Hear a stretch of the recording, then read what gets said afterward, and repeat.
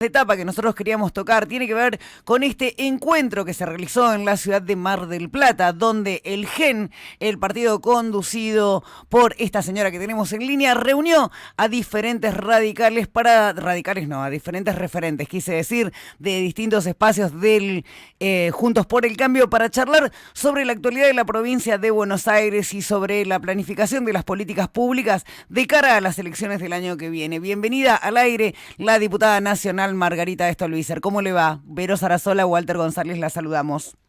Buen día, ¿qué tal? ¿Cómo están ustedes? Bien, gracias por atendernos, diputada. Bueno, queríamos un poco que nos haga un resumen de lo que se trató este encuentro en primera instancia que se realizó en la ciudad de Mar del Plata.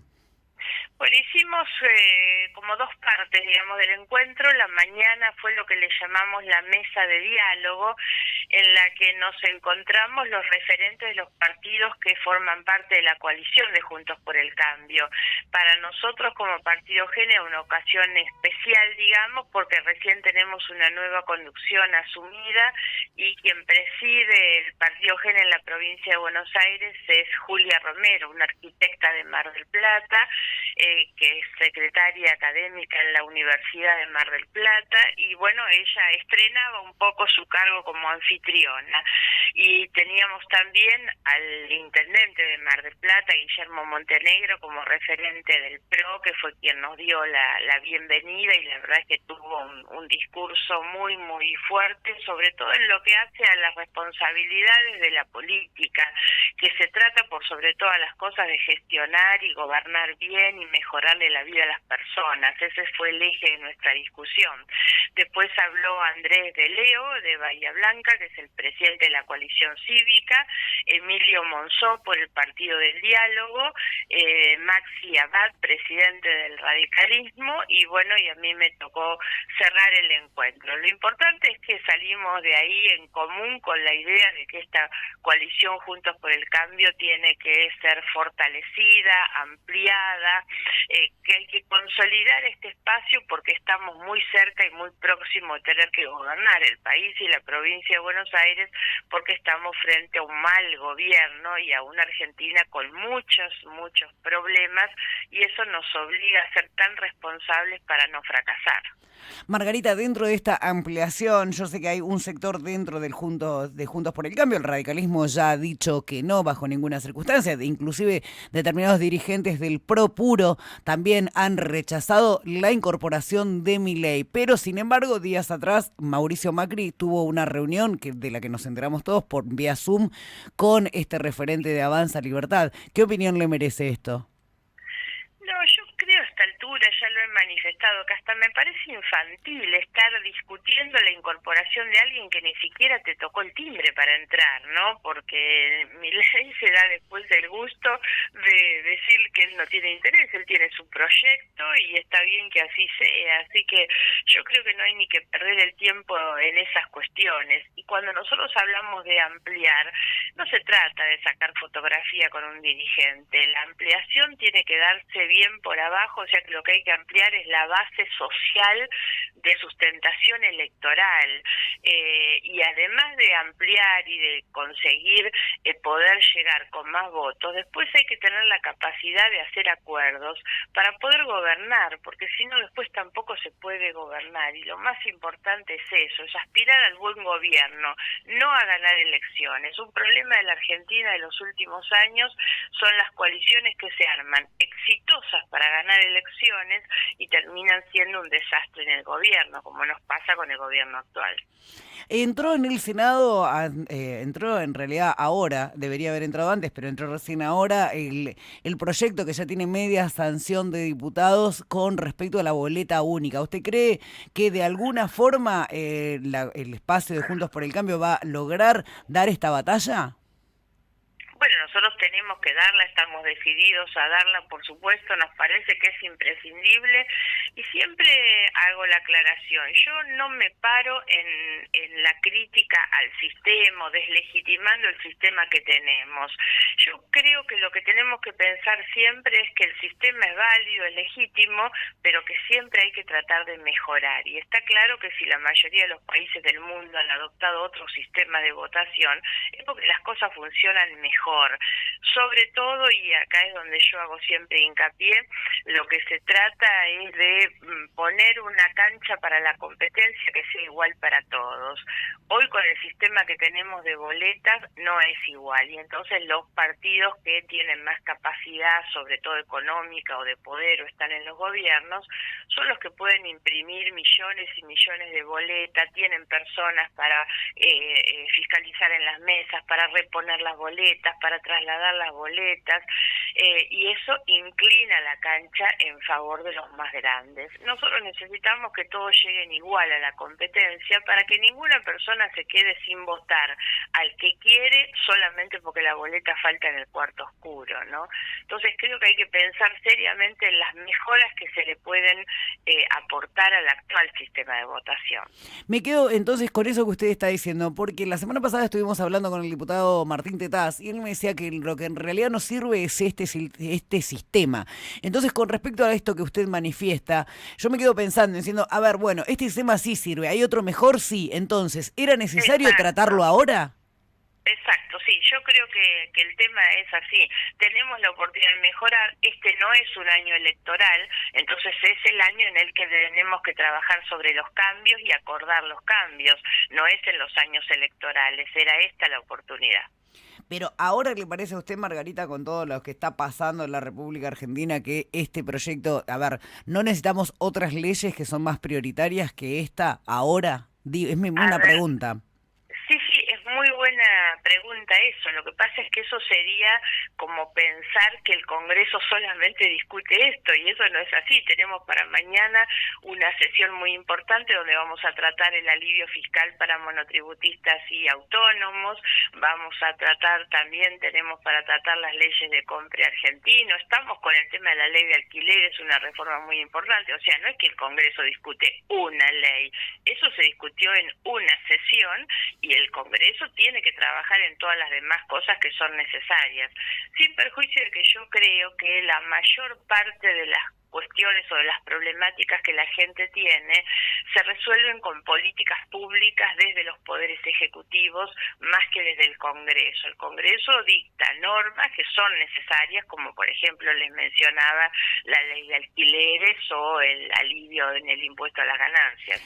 Con respecto a eso, pensemos que lo que la gente necesita, que es seguridad, vivienda, trabajo, no, claro, reducir la inflación, esas son cuestiones que se deben tratar desde la política. No, desde el Ejecutivo, por supuesto, más que claro, Margarita. Pero me quedo con esto que usted está diciendo con respecto a lo de la ley de alquileres. ¿Sabe por qué? Porque nosotros venimos hablando de esta reforma que se va a hacer y la necesidad imperiosa de que se reforme la actual ley vigente, y lo que por ahí no coincide entre nosotros, los ciudadanos de a pie, es los tiempos que tiene el Congreso a veces para que algo se revierta o algo se modifique o algo se implemente.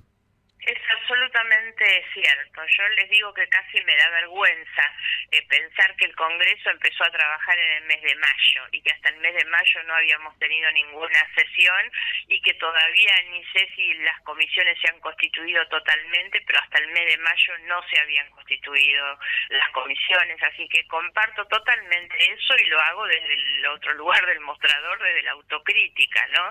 Lamentablemente hemos tenido muchas dificultades este año, sobre todo ubicadas en la interna del partido de gobierno. Recordemos que renunció el presidente del bloque oficialista, que el propio bloque oficialista no le dio el acuerdo al gobierno para tratar el acuerdo con el fondo, ¿no?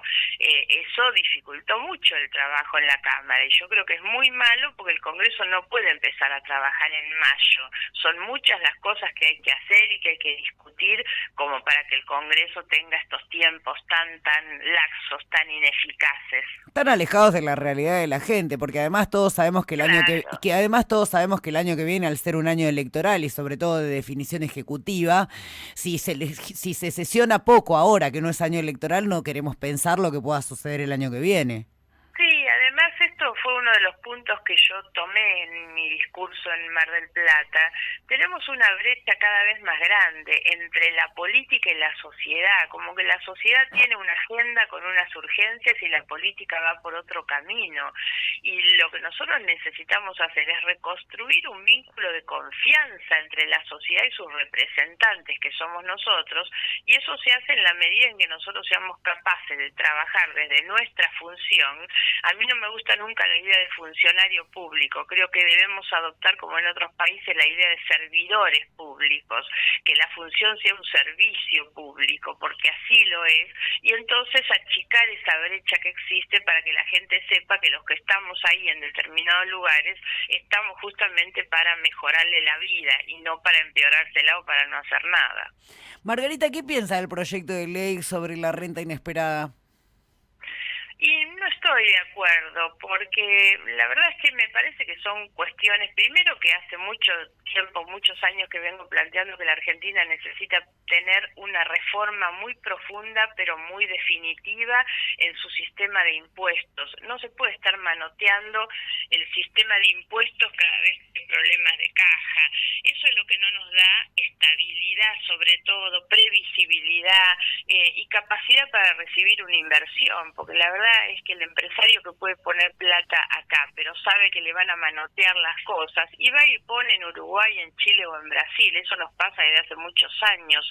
Y yo creo que nuestro sistema tributario es muy regresivo, muy malo. No pagan efectivamente más los que más tienen, pero me parece que eso hay que aplicarlo dentro de un impuesto a las ganancias y hay que tratar de reducir otros impuestos. Pero esas son reformas que hay que discutirlas tal vez 1 año, 2 años, pero que sirvan para los próximos 30 o 40 años y no estar inventando impuestos continuamente. Esto no nos hace un país previsible, sobre todo. Yo le pregunto esto desde el más común de los sentidos, que es el sentido común.